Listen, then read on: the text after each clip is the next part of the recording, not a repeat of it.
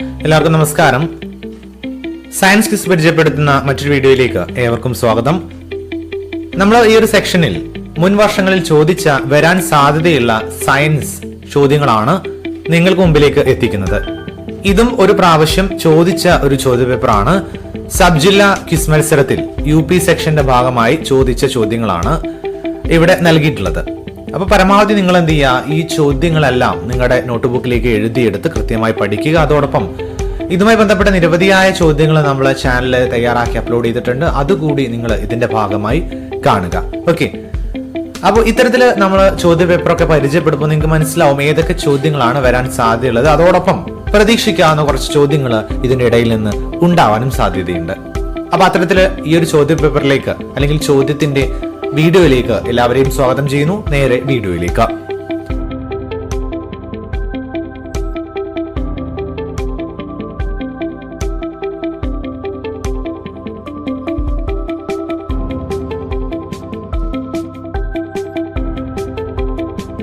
Okay, ആദ്യത്തെ ചോദ്യം ശ്രദ്ധിക്കുക. ഒരു ഊർജ മാറ്റവുമായി ബന്ധപ്പെട്ട ഒരു ചോദ്യമാണ്. വൈദ്യുത മോട്ടോറിൽ നടക്കുന്ന ഊർജ്ജമാറ്റം ഏതാണ്? മോട്ടോറിലല്ല, വൈദ്യുത മോട്ടോറിൽ.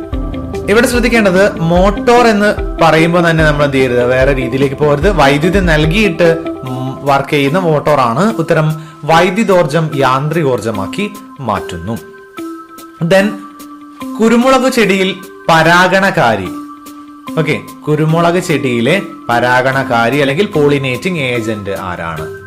ഉത്തരം മഞ്ഞുതുള്ളി അല്ലെങ്കിൽ വെള്ളത്തുള്ളി ഒക്കെയാണ്. ഓക്കെ, വെള്ളം തുള്ളിയായി താഴോട്ട് വരുമ്പോഴാണ് കുരുമുളക് ചെടിയിൽ പരാഗണം നടക്കുന്നത്.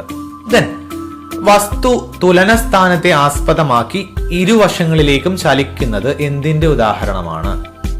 അത് ഒരു വസ്തു തുലനസ്ഥാനത്തെ ആസ്പദമാക്കി അങ്ങോട്ടും ഇങ്ങോട്ടും ചലിക്കുന്നു, അവസാനം ആ ഒരു അറ്റ പോയിന്റിൽ എത്തിച്ചേരുന്നു. ഇതിന്റെ ഒരു പേരാണ് ദോലനം അല്ലെങ്കിൽ ഓസിലേഷൻ എന്ന് പറയാം. ദെൻ എന്തിന്റെ അഭാവം മൂലമാണ് ക്വാഷിയോർക്കർ ഉണ്ടാവുന്നത്? നമ്മളെ ചിത്രങ്ങളൊക്കെ കണ്ടിട്ടുണ്ട്. ക്വാഷിയോർക്കർ എന്ന ചിത്രം അല്ലെ, അത് വന്ന ആളുകളുടെ ചിത്രം. ഇവിടെ എന്തിന്റെ അഭാവം മൂലമാണ് ക്വാഷിയോർക്കർ ഉണ്ടാകുന്നത്? ഉത്തരം പ്രോട്ടീൻ. ദെൻ ഈ ഒരു കാര്യം നിങ്ങൾ കണ്ടിട്ടുണ്ടായിരിക്കും. അസ്ഥികൾ കനം കുറഞ്ഞ് വളയുന്നത് ഏത് രോഗത്തിന്റെ ലക്ഷണമാണ്? ഉത്തരം കണ അല്ലെങ്കിൽ റിക്കറ്റ്സ്.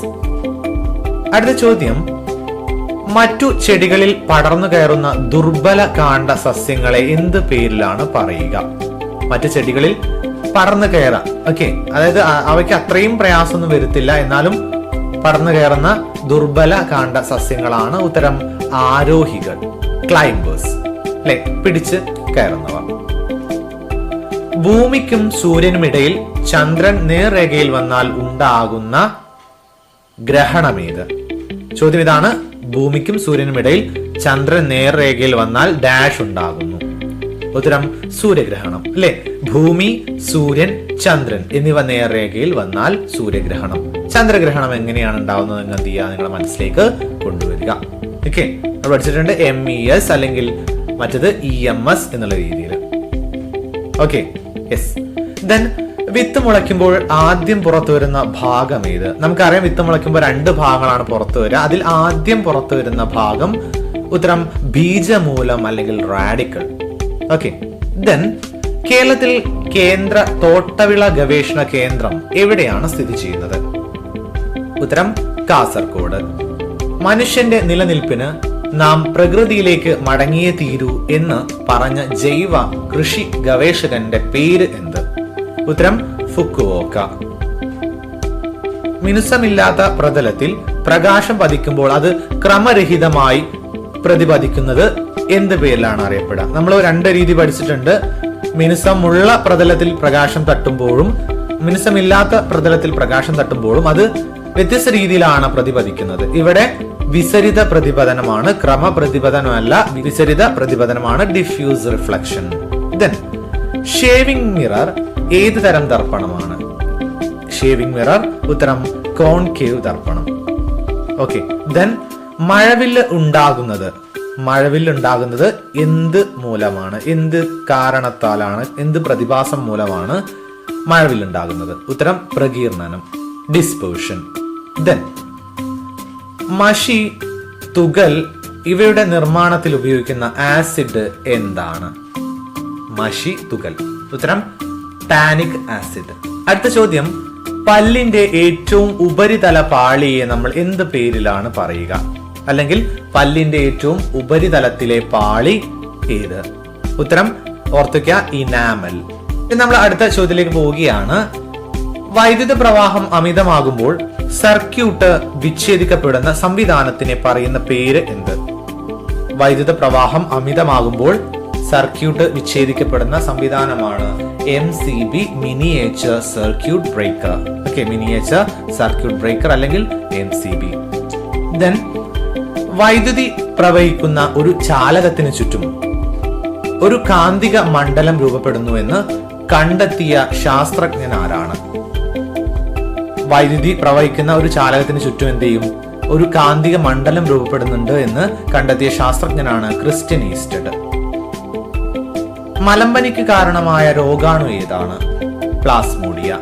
അപ്പൊ നിങ്ങൾക്ക് മനസ്സിലായിട്ടുണ്ടാവും, എല്ലാ തരത്തിലുള്ള ചോദ്യങ്ങളും നിങ്ങൾക്ക് സയൻസ് ക്വിസ് മത്സരത്തിൽ ചോദിക്കാൻ സാധ്യതയുണ്ട്. നിങ്ങൾക്ക് പ്രതീക്ഷിക്കാം. ആകാശഗംഗയുടെ ആകൃതി എങ്ങനെയാണ്? ആകാശഗംഗയുടെ ആകൃതി ഉത്തരം സർപ്പിൾ ആകൃതി അല്ലെങ്കിൽ സ്പൈറൽ ആണ്. ദെൻ തെങ്ങ് അല്ലെ, കൊക്കോസ് ന്യൂസിഫറ. തെങ്ങിന്റെ ജന്മനാട് എവിടെയാണ്? ഉത്തരം മലേഷ്യ. ദെൻ ജീവകോശത്തെ പറ്റിയുള്ള പഠനം എന്ത് പേരിലാണ് അറിയപ്പെടുന്നത്? ഉത്തരം സൈറ്റോളജി. നമുക്കറിയാം EEG അല്ലെ. EEGയുടെ ഫുൾ നെയിം എന്താണ്? ഫുൾ ഫോം എന്താണ്? ഇതും പല രീതിയിൽ ചോദിക്കുന്ന ചോദ്യമാണ്. ഉത്തരം ഇലക്ട്രോ എൻസെഫലോഗ്രാഫ്. ദെൻ ശരീരത്തിലെ ഏറ്റവും വലിയ അസ്ഥി ഏതാണ്? ഉത്തരം തുടയെല്ല്. ദെൻ കേരളത്തിലെ ഏറ്റവും വലിയ മഴക്കാട് ഏത്? ഉത്തരം സൈലന്റ് വാലി. ദെൻ ചായയിലെ വിഷവസ്തു ഏത്? ഉത്തരം ടാനിൻ. ദെൻ നോക്കുക, 5 എക്സ്ട്രാ ക്വസ്റ്റ്യൻസ് നൽകിയിട്ടുണ്ട്. ചോദ്യങ്ങൾ നിങ്ങൾക്ക് പരിശോധിച്ചു പോവാം. ഏറ്റവും വലിയ പുഷ്പം റഫ്ലേഷ്യ. പിസികൾച്ചർ എന്തുമായി ബന്ധപ്പെട്ടിരിക്കുന്നു? മീൻ വളർത്തൽ. ദെൻ ആദ്യമായി ഹൈഡ്രജൻ ബോംബ് പരീക്ഷിക്കപ്പെട്ടത് എവിടെയാണ്?